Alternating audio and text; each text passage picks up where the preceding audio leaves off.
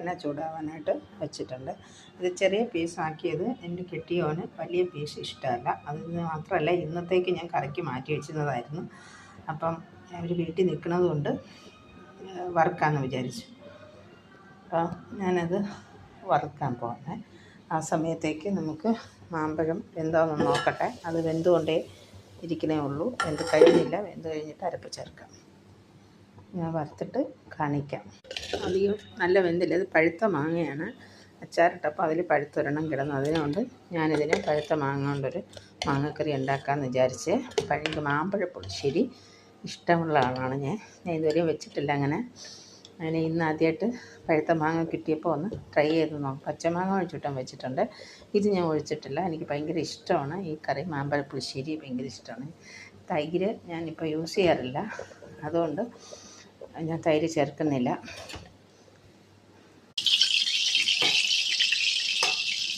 എണ്ണ ചൂടായിട്ടുണ്ട്. അതിലോട്ട് മീൻ അത് പീസായിട്ട് പുറത്തിട്ട് കൊടുക്കാം.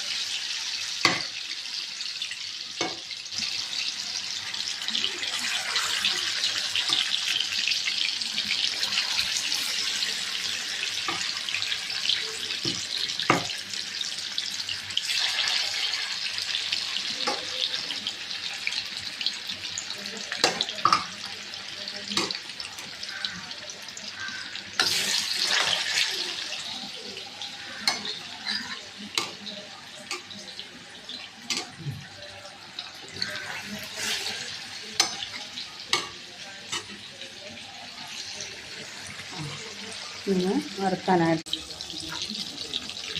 അയില മീനാണ് ഇത്. അരപ്പ് ചേർത്ത് വെച്ചിരുന്നതാണ്. ഇഞ്ചി, പച്ചമുളക്, ഉള്ളി, ഉപ്പ്, മഞ്ഞൾപ്പൊടി ഇതെല്ലാം കൂടെ ചേർത്ത് അരപ്പ് മസാല പുരട്ടി വെച്ച് ഞാൻ വറുത്തതാണ്. പിന്നെ പത്ത് കോരി ഇട്ട് വയ്ക്കാം. കടുക് പൊട്ടി ഇറങ്ങി. ഉള്ളി വറ്റൽമുളക് ഇല്ലാത്തത് കൊണ്ട് പച്ചമുളകാണ് ചേർത്തിട്ടുള്ളത്. എന്നിട്ട് ഇതിലേക്ക് നമ്മൾ പാകമാക്കി വെച്ചിരിക്കുന്ന ഒരു മാങ്ങ ഉണ്ടായിരുന്നുള്ളൂ, അതുകൊണ്ടാണ് ഇതിലേക്ക് മാമ്പഴ കറി ഒഴിച്ചിട്ടുണ്ട്.